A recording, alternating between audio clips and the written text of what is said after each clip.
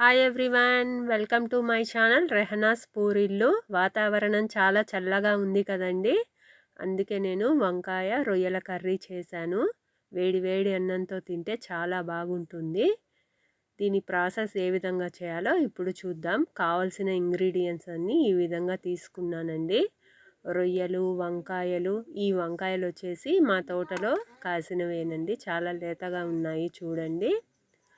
Next చింతపండు, పచ్చిమిర్చి, టమాటా, onion, కొంచెం కొత్తిమీర, కరివేపాకు తీసుకున్నానండి.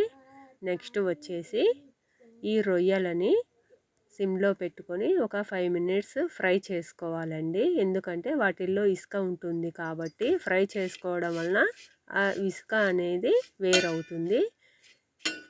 ఇవి చల్లారిన తర్వాత 3 సార్లు బాగా నీటితో కడుక్కొని ఈ విధంగా పక్కకు తీసుకొని పెట్టుకోవాలి.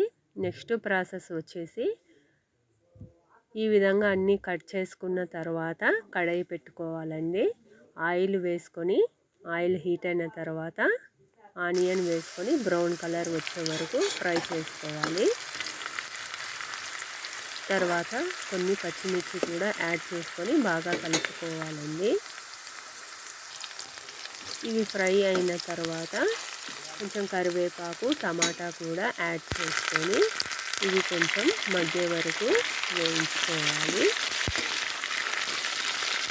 తర్వాత వంకాయలు కూడా యాడ్ చేసుకొని అవి కూడా కొంచెం మగ్గే వరకు ఉడికించుకున్న తర్వాత కావలసినంత పసుపు, కారం, ఉప్పు యాడ్ చేసుకొని బాగా కలుపుకోవాలి.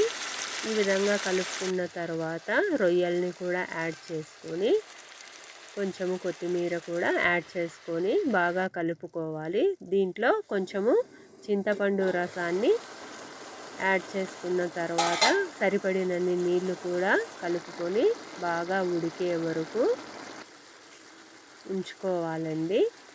ఈ విధంగా బాగా ఆయిల్ పైకి తేలే వరకు ఉడికించుకోవాలి. ఇప్పుడు డిష్ అవుట్ చేసేసుకోవాలి. అంతేనండి, టేస్టీ వంకాయ రొయ్యల కర్రీ రెడీ. మీరు కూడా ట్రై చేసి ఏ విధంగా వచ్చిందో కామెంట్స్లో చెప్పండి. Thanks for watching.